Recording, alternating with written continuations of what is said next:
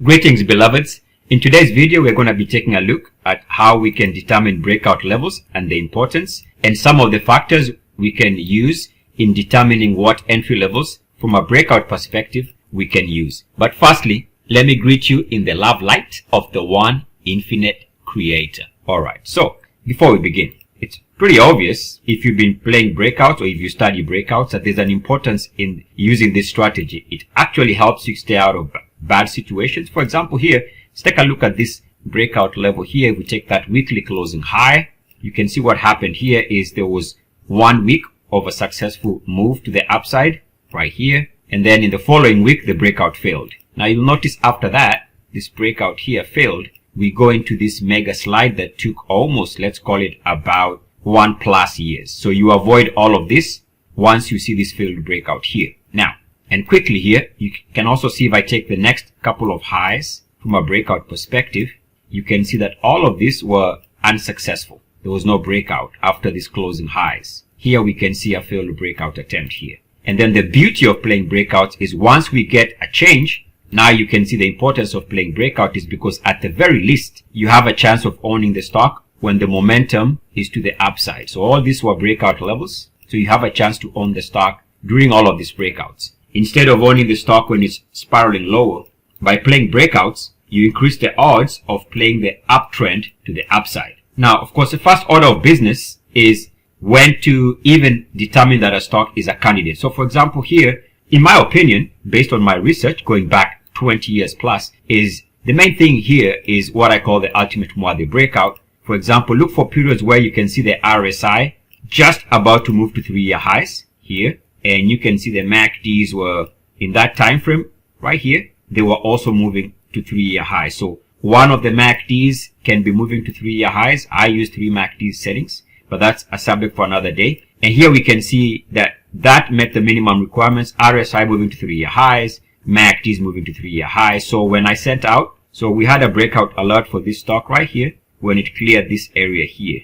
So that was somewhere around here. But actually, since I saw the stock a little bit later and I didn't get the initial breakout, the breakout was here under 15. And to be clear and to stay with the subject of the video, we are using this monthly closing high right there. Now, of course, you could use intraday highs. You could use weekly closing highs, daily closing highs. So there's a couple of options here. So you can either use intraday highs as your entry, intraday. You can use a daily close. You can use a weekly close, and you can use a monthly close as your breakout level. In my opinion, I would rather use the weekly or the monthly, and monthly is my favorite just because it gives you an earlier entry point. So anyway, needless to say is by the time we see this breakout, the stock was trading somewhere here at about somewhere around there, about 17.5 in that range, 17.8. And you can see there was no breakout in sight. There was a breakout here, it had already cleared. There was a breakout here, it had already cleared. And so I really didn't have a choice but to go and figure out where to use the next level as a logical entry point. So we missed these 2 breakouts here. Hope that makes sense. There's a breakout here that we missed, and then we missed this subsequent breakout. So I had to go back and dig out this area here. That was in July of 2022. And so let's go to the weekly. And so you can see this is a weekly. This is about 15 months of weekly data. So I decided to use this weekly breakout. Why? Because I could see that the stock had previously failed to break out, as I discussed earlier, failed to break out here, and failed to break out here. So this was a logical entry point right there. So even though we missed the monthly and the monthly entry point, we could still enter the stock based on a prior weekly closing high. Now you can understand that you'd probably think that this was the logical breakout level, for example, and even that is legit. But since you want to enter as early as possible, I chose this breakout here, the lower breakout, because again, we can see the stock had attempted to break out here, failed, and there was a failed breakout here. So this entry here, in my opinion, was a decent entry.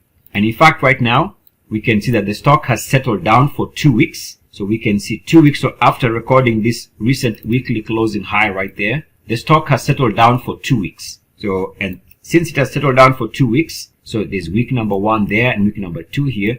Now it's breaking out. This is also a fresh breakout, and it is a legitimate fresh breakout that is not extended. So we are using the weekly closing high in this case, the weekly closing high right there, instead of using the intraday high right there. the weekly gives you a lower entry point, in my opinion, it's more preferable. And of course, the stock does meet the minimum requirements. As we discussed, we can see our MACDs are at 3-year highs.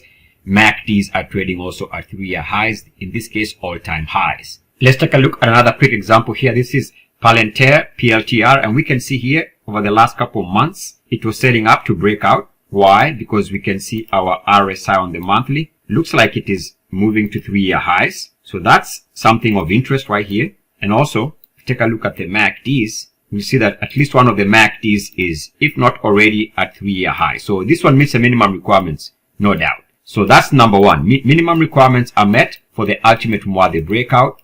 Links are going to be in the description. Now, so we can now determine what options are for our entry from a breakout perspective. So in this period here are the values to consider. If you take a look at the intraday high right there, this is a monthly chart, by the way. So the intraday high there was at 20, so the intraday high was at 27.5. That's the number. The daily closing high in that time period is at 26.46. The weekly breakout or the weekly closing high in that time period, this period here, about, let's call it February-March time period of 2024. So we can see the weekly close there is at 26.04. And then the monthly breakout, which is this level right here, the monthly breakout is at, so the monthly breakout is at 25.08. So 25.08.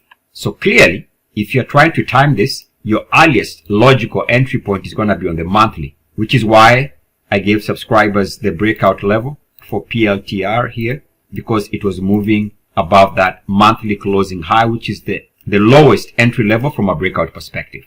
Now, of course, this applies if you trade in the traditional time frame of weeks, months, and years into the future, and it's not for those who are trading in the smaller time frames like the intraday session. So in my opinion, when picking breakout levels, I would begin with the monthly, and then I'll check the weekly, then I'll check the daily closing. These are closing highs monthly, closing highs weekly, closing highs daily, and then rarely, if at all, do I use the intraday high, because the monthly usually gets you in even before the crowd is aware that there is a breakout.